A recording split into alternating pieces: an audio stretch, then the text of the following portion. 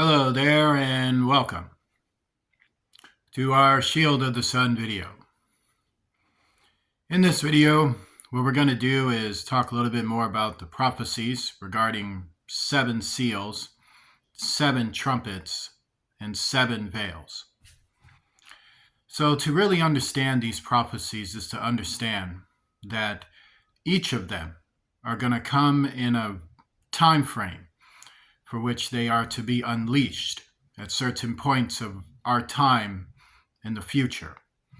It's believed that some of the seals have already come to pass, where others are on the way. And some trumpets, or maybe particularly one of them, could have already came to pass with more on the way. And that the veil prophecies have not happened yet, but they're on the way. And one of the things you notice is that each of them culminate to 7. When there's this 7th seal, and there's this 7th trumpet, and there's this 7th veil. And all of them pertain to the end of the world. They pertain to a final judgment within that particular 7, which leads to a domino effect, which ushers right in Armageddon and the return of Jesus Christ. So this is the thing you have to know about the 7 veils, 7 seals, 7 trumpets, is that the reason why we don't put date stamp time on it is because it could happen at certain moments of time for which God described it like a thief in the night. That is to say, out of nowhere, just bam, and then it happens. And thus, with that being stated, let us look into some trumpet prophecies that are quite interesting. So first, we're going to go into Revelation chapter 8. And then when we do, this is what we read. And when he had opened the 7th seal, there was silence in heaven about the space of a half an hour. So first, this is leading into the fact that he had just talked about the 7 seals. And while talking about the 7 seals, he had just talked about the 7th one. Now, as we know, the 7th seal and the 7th trumpet and the 7th veil, they're all interconnected with each other, meaning there would be 6 seals that will come to pass before that 7th one ever happens. There would be 6 trumpets that would come to pass before the 7th one ever happens.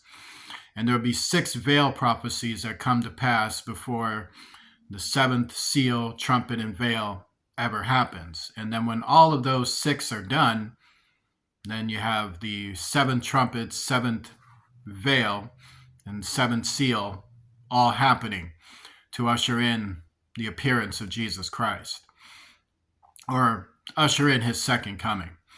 And of course, people wonder, why is it like that? Well, that's just the way God had created it and designed it, where this is the methodology for which is in his approach. This is how he wants to initialize prophecy.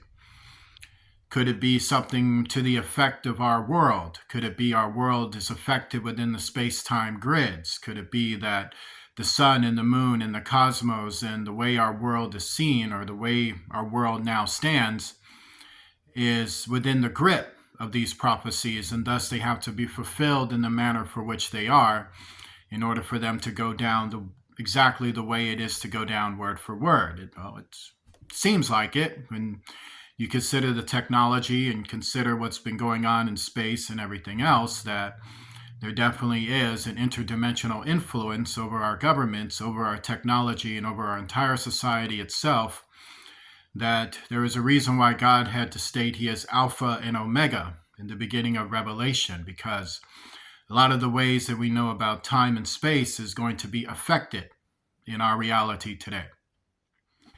So let's look into verse 2 in Revelation chapter 8. And I saw the 7 angels which stood before God, and to them were given 7 trumpets. So these trumpets are actually energized sounds. They're sounds that usher in events. So it's not like blowing a trumpet, and you hear sounds. You'd be hearing sounds along with powerful energy striking the planet and, crazy things about to go down, which is what we're going to read. And another angel came and stood at the altar, having a golden censer, and there was given unto him much incense, that he should offer it with the prayers of all saints upon the golden altar, which was before the throne. And the smoke of the scent which came with the prayers of the saints ascended up before God out of the angel's hand. So, what does that remind you of? Well, that was back in the Old Testament. They would offer up these scents to, remind God of the prayers of the people, right? Just in case if God had to unleash wrath, or if he had to unleash his punishment, or if he had to unleash a curse, prayers were offered up to remind God in the heavens, where God already knows, but it is to give what is called submission to the will of God regarding those who are still believing in God, to show them mercy in the midst of what's about to happen. So here's how we look at the first one. And the angel took the censer and filled it with the fire of the altar and cast it into the earth. And there were voices and thunderings and lightnings and earthquakes. So what we have here is that a judgment had been handed down, a judgment that is meant to bring the earth into condemnation. Condemnation for, well, the providence and the governments and everything else about the world system, for which is completely Luciferian, and it's completely, Nimrodish, and it's completely an affront toward God. So God is not happy with the world, as you know, and thus he starts to devastate it. So one of the things people are going to notice is strange atmospheric occurrences, strange things going on. We got voices in the skies and strange sounds and strange other sounds. Some of them have been recorded. And you got like strange hurricanes and tornadoes and strange thunderstorms, even earthquakes happening in various places. And that's happening right now as I'm talking. And the seven angels which had the seven trumpets prepared themselves to sound. So apparently it's going to get a lot worse. So the first angel sounded, and there followed hail and fire mingled with blood, and they were cast upon the earth, and the third part of the trees was burnt up, and all green grass was burnt up. So one of the things that tends to happen with technology and sorcery and devilish activity is that it has consequences to its actions. So some people are aware that there is technology right now that's ripping holes in our space-time continuum and using particle accelerators to, accelerate mass energy underneath the earth in order to force energy from the middle of the earth to shoot up and rip into our atmosphere, so we could somehow figure out the Big Bang Theory and all of that. And of course, that's Project CERN and so many other things out there with forecasting devices, really, frequency devices that are out there messing up the skies. So a lot of that technology, of course, is top secret, classified. You don't get to know about it, got to be hush-hush about it. But all of that really is to connect with beings for which are looking for their interest, as they continue to be so generous with intelligence departments regarding reverse engineering of technology. Apparently, a lot of these things are going to result in bad things onto the planet for such, secret chamber individuals who seek their time under the sun. So what we have here is that the earth is affected with poisoning that takes place. There is a disaster that breaks out among the atmosphere, which ends up destroying a third of the earth's environment. Then the second angel sounded, as it were a great mountain burning with fire was cast into the sea, and the third part of the sea became blood. And the third part of the creatures which were in the sea and had life died, and the third part of the ships were destroyed. So a great mountain burning with fire is the only way the Apostle John could just describe something that was inside a mountain which caught on fire and exploded. And the explosion of this technological device ended up poisoning a third of the creatures, the sea, and all the ships that were near to it, probably providing it nuclear energy or whatever energy, or maybe military protection, whatever it was. But they were all blown up along with this device. So apparently this device caused a lot of trouble for people.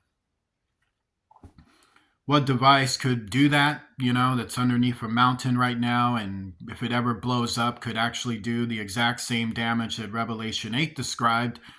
Well, it's got 4 letters. You know about it.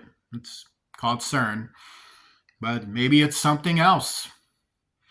What else could that be? Well, maybe Satan himself, but it is interesting nonetheless, isn't it? And the third angel sounded, and there fell a great star from heaven, burning as it were a lamp. And it fell upon the third part of the rivers and upon the fountains of waters. So what it's saying is that a planet had exploded, or a part of it, and it was falling in massive debris. And the name of the star is called Wormwood. That is with a capital W, to say that's the name of this world that's been affected and destroyed. And the third part of the waters became wormwood, and many men died of the waters because they were made bitter. So what we have is that the effects of what this prophecy is showing us is that it relates more to the activities of sorcery and technology happening with man, but also it's man receiving, or the governments on the earth who were involved in it. These departments and these institutions, along with the world policies that went along with it, are all being equally devastated for taking part in these things. And thus, something they did triggers these trumpets, which starts to initialize wrath upon them. So we can see that the entire world is being affected by its own, technology, and doors opened up, which initialize wrath upon the earth, along with other things, demonic things and terrible cosmic things and interdimensional activity for which you rather not want, started to come and spill down upon the planet. So what we have with the star exploding is that it poisons a lot of the waters. It would probably be the ocean waters. And then you had many men died of the waters because they were made bitter, which could have been a mass poisoning that took place, which started to get into our atmosphere, and people were breathing that in and dying. And the fourth angel sounded, and the third part of the sun was smitten, and the third part of the moon, and the third part of the stars, so as the third part of them was darkened. And the day shone not for a third part of it, and the night likewise. And behold, and I beheld, and heard an angel flying through the midst of heaven, saying with a loud voice, Woe, woe to the inhabitants of the earth, by reason of the other voices of the trumpet of the 3 angels which are yet to sound. So notice these trumpets come with voices. It's not just so much as sounds going off. It's literal words being heard throughout the earth that is terrifying people. And then this energy blast sound is heard, and then this happens. So in the fourth trumpet, what we have is that the third part of the sun was smitten, the third part of the moon, and the third part of the stars. So that is to say, our solar system got wrecked, meaning a third part of it was affected. So what happens if you affect the third part of the sun? Well, that will totally affect the way our atmosphere is seen. It would affect day and night. It would affect the way we receive sunlight. It will affect the way the night is seen. Also, it affects time. This would shorten time.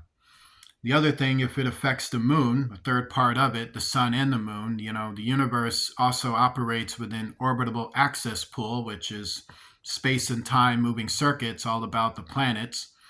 So if anything happens to the sun, moon, or the stars, that's going to happen to the earth, and that will affect time. Meaning that's a surefire way to shorten time. Maybe our year might drop to 6 months. This is kind of what it's suggesting, However much it's going to take, it is going to shorten time.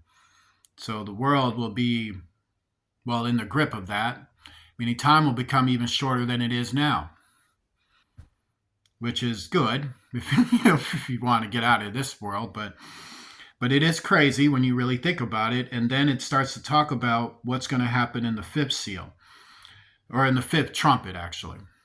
So you have these 4 trumpets that go off, which totally affect this earth in a drastic way. It's destroying mankind's technological stability. It's destroying environmental stability. It's destroying cosmic stability. It's destroying stability within space and time. You got a planet exploding. You got mountains, or a mountain specifically exploding, poisoning ocean waters and killing people. And there's more to come right after. So, in a state like that is when you find the fifth trumpet and the invasion of the fallen angels on the world, which I'll cover in the next video. But with that being stated, this is the avenue of thought with it. So, a lot of you know about a solar eclipse that's supposed to happen. And, well, those are just signs to take place to usher in a very, well, dark period for which mankind is going to enter. We're entering in a dark era. But they are going to be turning CERN back on in April. So, great. Good idea. Actually, no, it's not a good idea, but leave it to your government, Join me in a prayer. Lord Jesus Christ, I pray, Lord, to rebuke all manner of secret societies and their secret intentions, and cast down the evils of left and right masonry and all manner of demonism and destruction. I pray, Lord, to deliver unto hell every demon and evil secret that seeks to work against us to initialize pain and destruction upon its civilians. I pray, Lord, that people, no matter what station and authority they are given, make right decisions and not bad ones. And that if bad decisions are being held in conspiracy against people, that be exposed for what it truly is, and that every evil demon and spirit that is conjured be casted down into hell over it. In Jesus Christ's name, amen. Like to donate to Shield of the Sun, please do so at Cash App at $ Shield of the Sun, spelled in small case letters closed together. I want to say God bless you to each and every one of you, and I will. See you soon.